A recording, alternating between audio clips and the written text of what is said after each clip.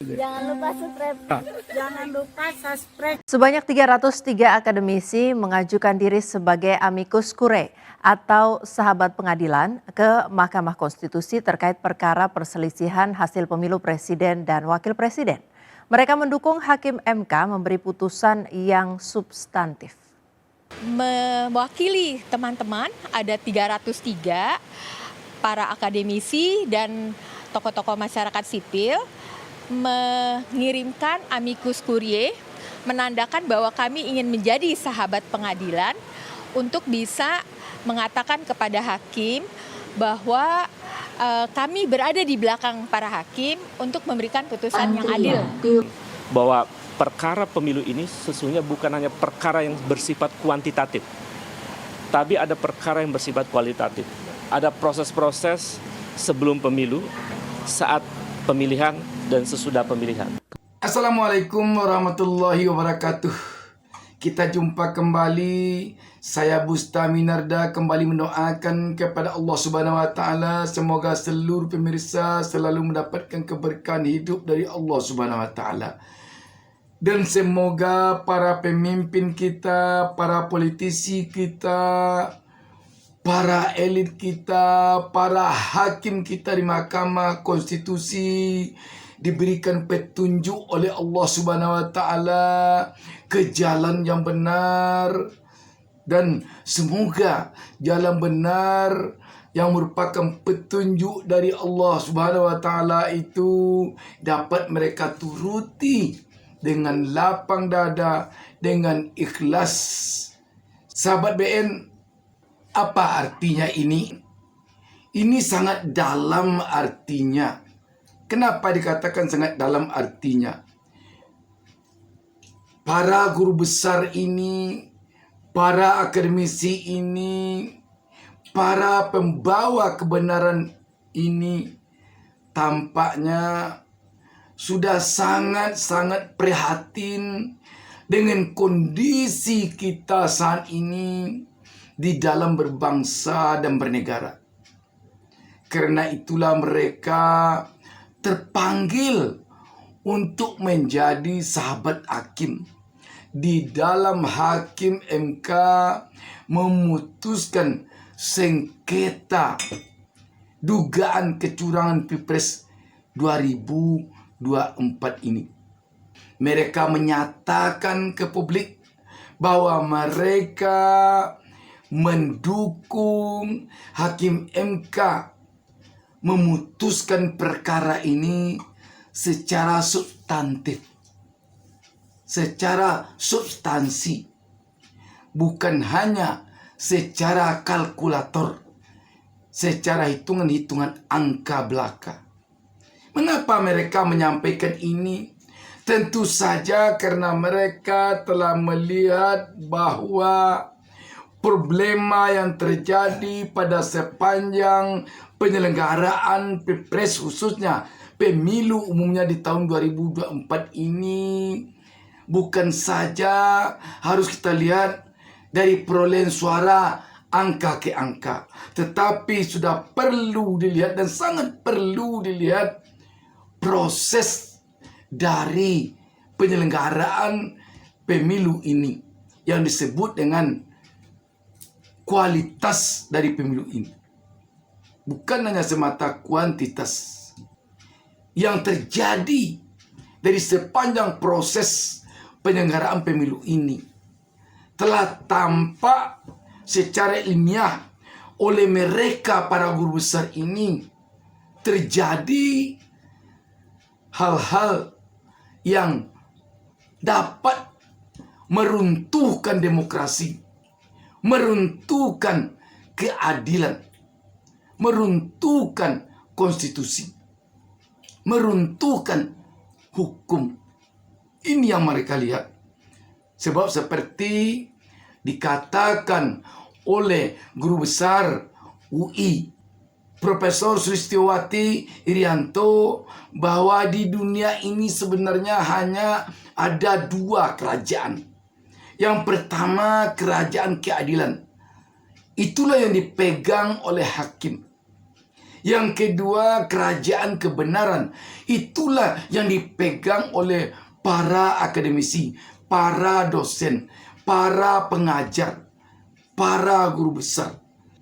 Kalau sekarang ini hakim-hakim di Mahkamah Konstitusi mendapatkan amanah sebagai pemegang keadilan, maka mereka yang berada pada posisi guru besar atau akademisi ingin menyampaikan kajian ilmiah, bukan kajian perasaan, tetapi kajian ilmiah kepada hakim konstitusi yang mereka tanda tangani sebanyak 303 guru besar ini. Intinya sahabat BN, rakyat Indonesia sekarang ini ingin melihat sejauh mana hakim-hakim di Mahkamah Konstitusi ini mampu menyelami isi hati rakyat Republik Indonesia tentang carut marut yang terjadi pada sepanjang penyelenggaraan Pilpres khususnya dan pemilu pada umumnya di tahun 2024 ini. Sehubungan dengan ini, ada hal tampaknya yang menarik dalam perjalanan bergulirnya sidang MK saat ini. Kemudian berkaitan dengan ada beberapa permintaan untuk memanggil kementerian itu, nanti kami akan bahas dulu di rapat hakim. Yang mulia, Pak Oto, ya? Ya,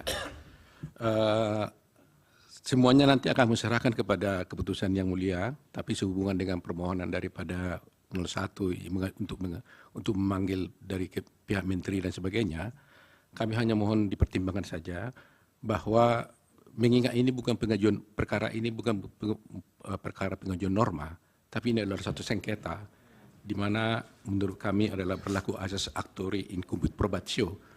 Barang siapa yang membuktikan haknya maka dia harus berbukti ada pada penggugat, maka pemohon, maka mungkin sebaiknya itu tidak diperlukan.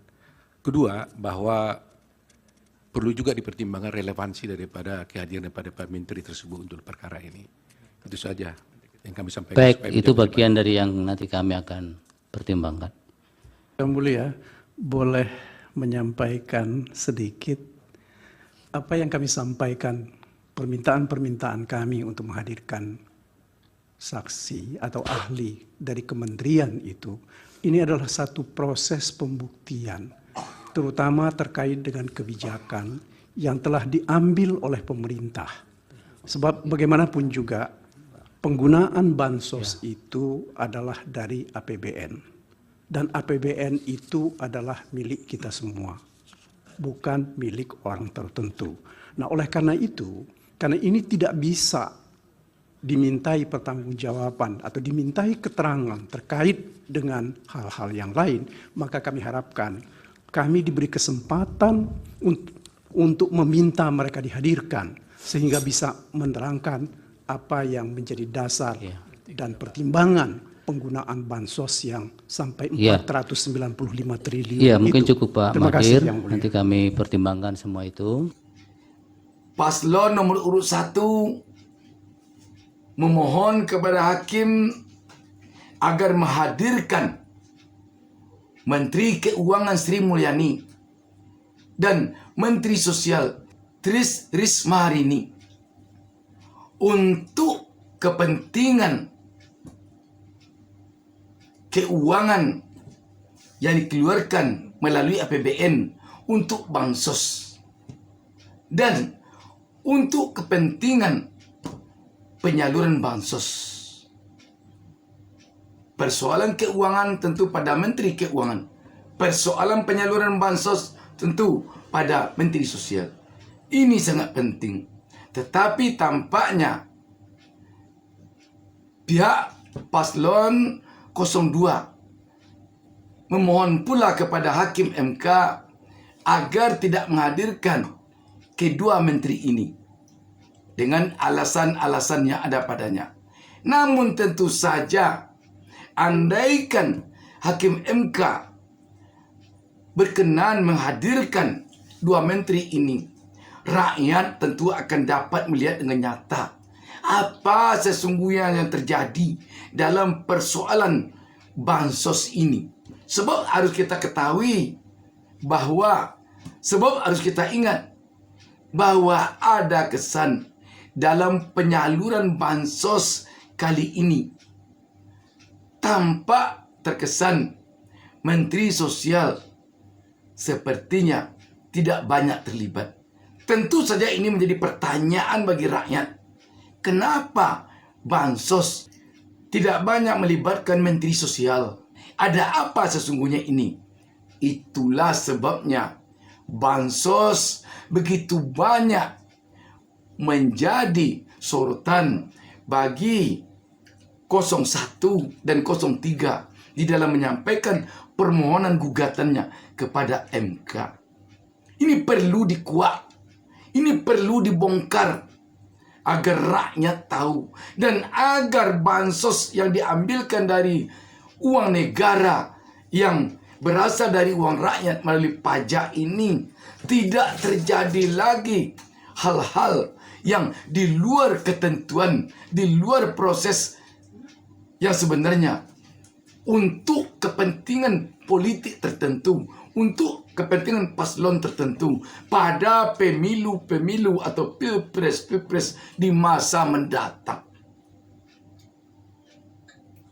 Sahabat BN, cukuplah hendaknya kali ini saja proses pemilu yang memalukan seperti ini, yang heboh di dunia sampai-sampai sekarang ini HAM PBB turut memberikan perhatian dalam persoalan pemilu kita. Memalukan sekali negara besar ini, negara yang berpancasila ini, kok menjadi sorotan oleh dunia proses pergantian kepemimpinannya. Tidakkah kita malu kalau kita dikatakan, dianggap oleh dunia tidak paham demokrasi? Padahal kita memiliki demokrasi yang namanya demokrasi Pancasila yang tidak dimiliki oleh negara manapun di dunia ini. Sahabat BN, mari kita renungkan bersama. Wassalamualaikum warahmatullahi wabarakatuh.